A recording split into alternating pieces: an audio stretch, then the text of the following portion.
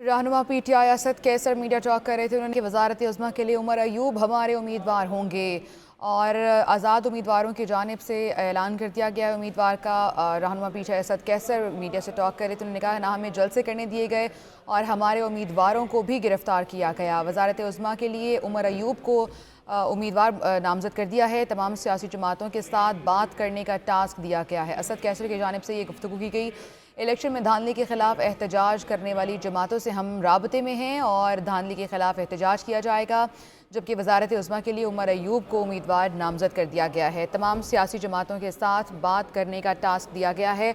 हम असम्बली में एहतजाजन जाएंगे और एहतजाज रिकॉर्ड कराएंगे। यहाँ से निकल कर जमात इस्लामी, JUI और दीगर जमातों के रहनुमाओं से मुलाकात भी करेंगे। असद कैसर की जानिब से गुफ्तगू की गई है और कहा गया है कि बानी PTI का पैगाम है। अमेरिका ने हर दौर में आमरों की सरपरस्ती की है। अमेरिका ने आमरों की या फिर करप्ट लोगों की सपोर्ट की है। बैरिस्टर सैफ और दीगर PTI रहनुमा मीडिया टॉक कर रहे थे और उनकी जानिब से गुफ्तगू की गई है और उमर अयूब को वजारत उज़्मा के लिए उम्मीदवार नामज़द कर दिया गया है। ये भी कहा है कि दीगर जो सियासी जमातें हैं उनसे हम राब्ते में हैं, उनसे बात करने का टास्क दिया गया है और वो जमातें जो इलेक्शन के ख़िलाफ़ एहतजाज हैं, सरापा एहतजाज हैं, उनसे बातचीत की जाएगी, उनके सरबराहान से बातचीत की जाएगी। JUI, जमात इस्लामी, ANP और कौम परस्त जमातें उनके जो सरबराहान हैं उनसे बात की जाएगी। बैरिस्टर सैफ ने अमेरिका का जिक्र किया और कहा कि अमेरिका ने आमरों की या फिर हमेशा जो करप्ट लोग हैं उनकी सपोर्ट की है। बानी PTI का पैगाम है कि अमेरिका इलेक्शन में धांधली पर नज़र रखे और उसके खिलाफ आवाज़ उठाए। वजारत उज़्मा के लिए उम्मीदवार उमर अयूब होंगे। असद कैसर की जानिब से ये ऐलान किया गया है। मज़ीद ये कहा गया कि तमाम सियासी जमातों के साथ बात करने का उन्हें टास्क दिया गया है और तमाम सियासी जमातों से वो राब्ते में हैं। इलेक्शन से 2 दिन पहले हमारे वोटर्स सपोर्टर्स को भी जेलों में डाला गया और इसके अलावा ये भी कहा गया कि इलेक्शन में जो धांधली हुई है उस पर हम एहतजाज रिकॉर्ड कराएंगे। असम्बली में भी जाएंगे लेकिन एहतजाजन जाएंगे और वहाँ जाकर भी एहतजाज रिकॉर्ड कराया जाएगा। हम असम्बली में बैठेंगे और कानूनी जंग भी भरपूर लड़ेंगे। असद कैसर की जानिब से ये गुफ्तगू की गई है। उन्होंने कहा है कि उमर अयूब हमारे वजारत उज़्मा के लिए उम्मीदवार होंगे। इसके साथ साथ उन्होंने ये भी कहा है कि तमाम सियासी जमातों के साथ बात करने का टास्क उन्हें दिया गया है और तमाम सियासी जमातों से वो राब्ते में हैं। भरपूर एहतजाज रिकॉर्ड कराया जाएगा इलेक्शन में धांधली के खिलाफ और दीगर जो जमातें हैं उन सबसे बातचीत करेंगे, जिसमें JUI, जमात इस्लामी, ANP और दीगर जमातें हैं उनसे बातचीत की जाएगी और जो धांधली हुई है उसके खिलाफ हर सतह पर आवाज़ उठाई जाएगी और एहतजाज रिकॉर्ड कराया जाएगा। असद कैसर ने गुफ्तगू करते हुए कहा कि अमेरिका जमहूरी हुकूक का अलमबरदार है और ये भी कहा कि कानून की हुक्मरानी चाहते हैं। अवाम ने जिसको वोट डाला है हुकूमत करना उसका हक है। असद कैसर की जानिब से ये गुफ्तगू की गई है। इसी पर बात करने के लिए हमारे साथ टेलीफोन लाइन पर मौजूद हैं सीनियर सहाफ़ी तज्ज़ियाकार अजमल जामी साहब। जामी साहब, क्या कहेंगे? अभी जिस तरह से असद कैसर की गुफ्तगू आपने सुनी होगी और अब वजारत उज़्मा के लिए नाम सामने आ चुका है, उमर अयूब को नामज़द कर दिया गया है। देखिए, इसमें सबसे पहली बात तो ये है कि जब से इंतखाब हुए कई एक नाम दिए जा रहे थे ना जी, तो वो खबरें तो हवा हो गई, क्योंकि ये तो एक जानी बूझी सी बात थी कि इमरान खान साहब से कोई मुलाकात होगी, उसके बाद ही कोई नाम सामने आएगा।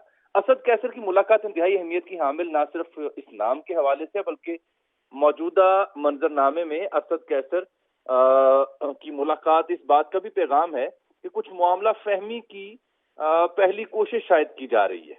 तो उमर अयूब साहब का नाम अनलाइक अली अमीन गंडापुर साहब या अनलाइक हार्ड हिटिंग जो पॉलिटिशियंस हैं PTI के, उनकी निस्बत कदरे मुनासिब है। और उमर अयूब साहब की जो लेगेसी है वो भी आप समझती हैं, उनका पाकिस्तानी रियासत, पाकिस्तानी सियासत के साथ एक बड़ा गहरा ताल्लुक है खानदानी तौर पर। तो उनका इंतखाब मेरा नहीं ख्याल कि कोई मनफी पैगाम है, बल्कि एक निस्बतन बेहतर पैगाम है।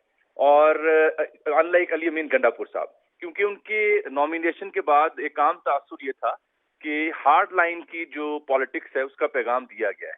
लेकिन ये असद कैसर साहब की मुलाकात इस बात का सबूत है कि कुछ जो आप क्या कहें सिफारतकारी के जरिए मुनासिब हिकमत अमली PTI के लिए सामने आती हमें दिखाई देती है। उमर अयूब साहब ने अनलाइक अदर्स डट के साथ भी तो दिया। पाकिस्तान तहरीक इंसाफ का जो भी उनके ऊपर अच्छे बुरे हालात आए तो वो पार्टी के साथ जुड़े रहे और बड़ा वोकल उनकी आवाज है, बड़ी पॉपुलर उनकी आवाज है। लेकिन उनके बयानिए में आप देखें कि उनके बयानिए में भी रियासत मुखालिफ उस तरह के एलिमेंट नहीं है जो हमें कुछ और दीगर रहनुमाओं के यहाँ देखने को मिलते हैं। अच्छा जामी साहब, लेकिन ये उन्होंने वाज़ेह तौर पर कहा है कि जो जमातें इलेक्शन के खिलाफ एहतजाज करी हैं हम उनसे राब्ते करेंगे।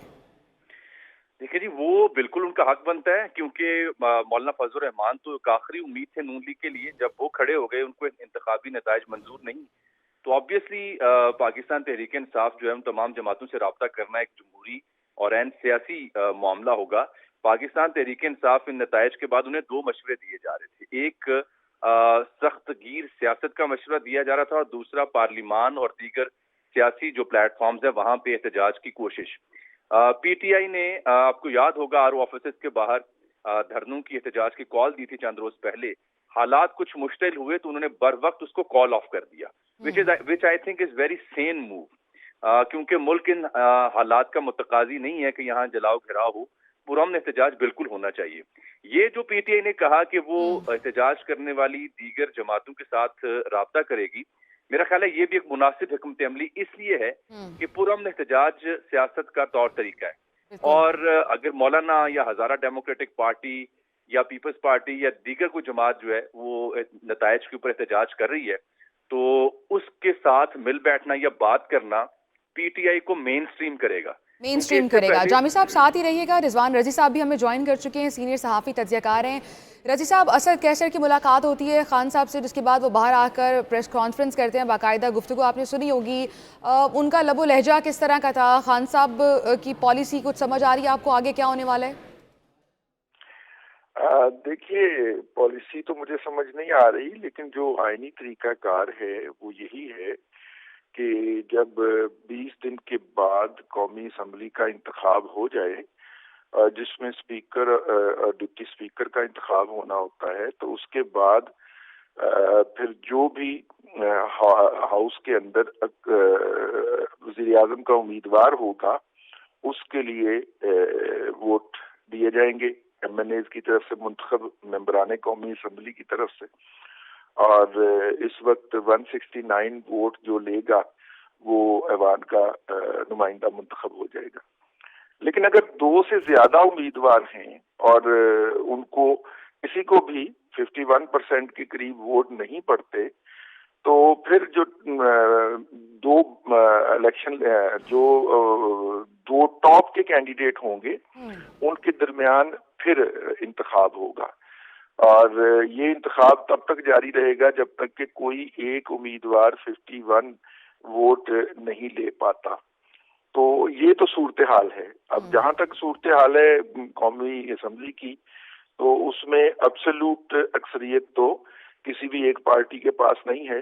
तो जाहिर है कुछ इत्तेहादी बनेंगे, कुछ अलायंसेस बनेंगे और कोई एक दूसरे को वोट देंगे, तो फिर ही इस सिचुएशन में से निकलेंगे।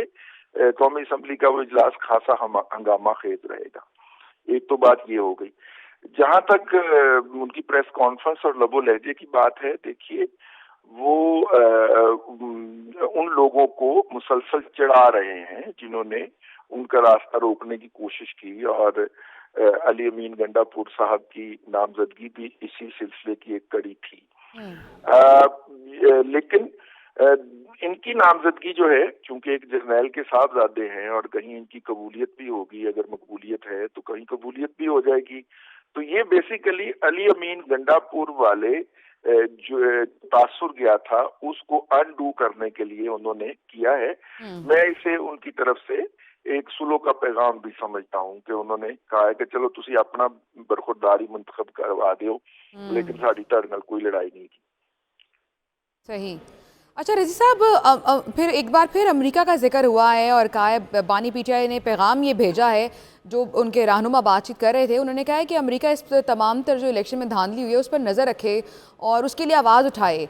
एक जानिब कहा जाता है कि अमेरिका मदाखलत करता है, एक बयानिया जो बड़ा मकबूल भी हुआ कि एब्सोल्युटली नॉट का बयानिया, उसके बाद जिस तरह से अमेरिका का नाम लिया गया कागज़ लहरा के, उसके बाद फिर उसी से मदद मांगी जाती है कि नज़र रखे इलेक्शन धांधली पर और उसके लिए आवाज़ उठाए। क्या आवाज़ उठाएगा अमेरिका? देखिए, इस पे हंसा ही जा सकता है। बुनियादी तौर पे उन्होंने वहां पे जो लॉबिंग फर्म हायर की थी, 50,000 एक फर्म हायर की थी, जो जिनको मुशर्रफ साहब ने भी हायर किया था। तो उन्होंने ये तो किया कि इंडिविजुअली वहां पे कांग्रेसमैन के कुछ बयानात हासिल करने में वो कामयाब रहे या सेनेटर के कुछ बयानात हासिल करने में नाकाम रहे, लेकिन ایز اے امریکن اسٹیٹ یا ان کا جو اسٹیٹ ڈپارٹمنٹ ہے یا کوئی ان کا وائٹ ہاؤس کی جو بریفنگز ہوتی ہیں اس کے اندر ان کی ریاست کا جو نقطۂ نظر تھا وہ اپنی جگہ پہ رہا. تو ایک بات تو آپ نے کہہ دی کہ ایبسولوٹلی ناٹ اور امریکہ کے سامنے کھڑا ہونے کی بات بھی ہو رہی ہے اور اس پہ تو ہنسا ہی جا سکتا ہے. اور دوسری طرف امریکہ سے وہ مطالبہ کر رہے ہیں کہ وہ ان انتخابات میں پی ٹی آئی کو اس کا مینڈیٹ دلوائے. تو میرا خیال ہے کہ اس کے اوپر کوئی تبصرہ نہیں بنتا, بس یہ دونوں خبریں برابر برابر لگا دینی چاہیے اور سنا دینی چاہیے آپ کی طرف سے. لیکن وہاں پہ جو لابنگ میں, اور ابھی آپ یہ ذہن میں رکھیے کہ ابھی یورپین یونین کے بھی کچھ بیانات آئیں گے یا برطانیہ اور اس طرح کے بھی کچھ بیانات ہمیں سننے کو مل سکتے ہیں, لیکن وہ بھی انفرادی لیول پہ ہوں گے جن لوگوں کو لابنگ کے ذریعے اپروچ کیا گیا ہوگا.